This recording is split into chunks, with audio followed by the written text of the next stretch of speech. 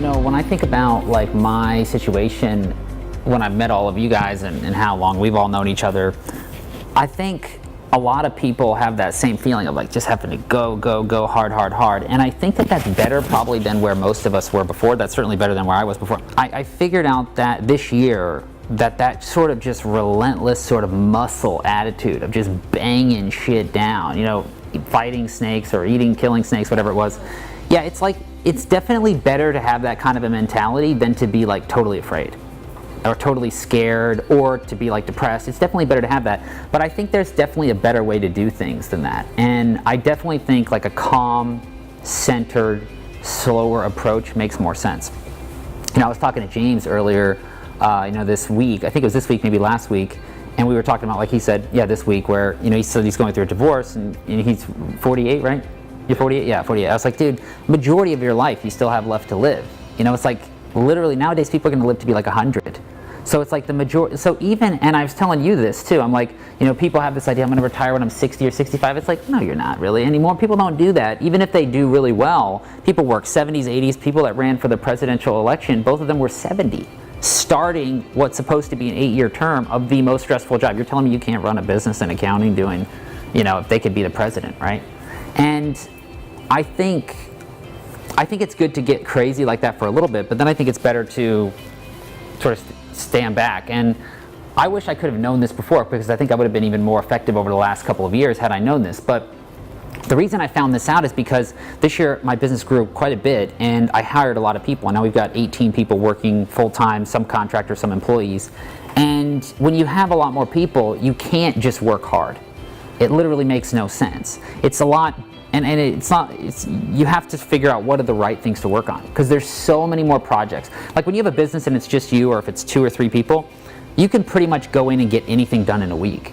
But then your projects start to have this time horizon where it goes to like every project will take like a month, some projects will take like 6 months, and the whole thing, it's like moving a boulder rather than a pebble. But I think it actually has helped me think a lot about like better ways of thinking and better ways of interacting. And so I don't know if all of you, I know not all of you have seen the new program, but in the new program I talk about this, and I've talked about this before, and I actually think it's limited. I've kind of added to this thing before. But this is that equation that I talk about in the new program, the new way of thinking training, where basically A is like your current situation, and then B is like your desired situation, and then B is like the catalyst that you use to get there. And you think about this way of thinking for yourself, like in your own business or in your own life, and this helps out a lot on strategy sessions. This is basically how I figured it out, because this is how I was thinking about strategy sessions, and then I just started putting it into myself and doing the same thing. But there's one piece in the training that I didn't really include that I think is super helpful here. And I learned about it because I was reading this new book that came out, which all of you should read. It's called Principles by a guy named Ray Dalio. He's one of the 100 wealthiest people, I think, in the world, maybe the US, I can't remember. It is the best book I've ever read, hands down. And this guy's a freaking genius. And he had a similar type of thing to this. And the one thing that I kind of thought about is it works like this. Like you have your goals over here, but every time you have your goals, and all of us just went around and set a bunch of goals, just inherently, based on the nature of the way the world works, there's always going to be problems that stand in the way of those goals. There's always going to be problems that stand in the way of the challenge. I might not know how to get leads. I might not know how to hire and train salespeople. I might not know how to change my marketing to grow bigger. I might not know how to ask for pricing or ask for a higher dollar amount on the strategy sessions. There's tons and tons of problems, and that's what we're going to get into in a second. But you look at these problems and then you say, okay, how could I design a method to overcome that problem, right? So this is all really just digging into B, really this B stage here of what do we need to do.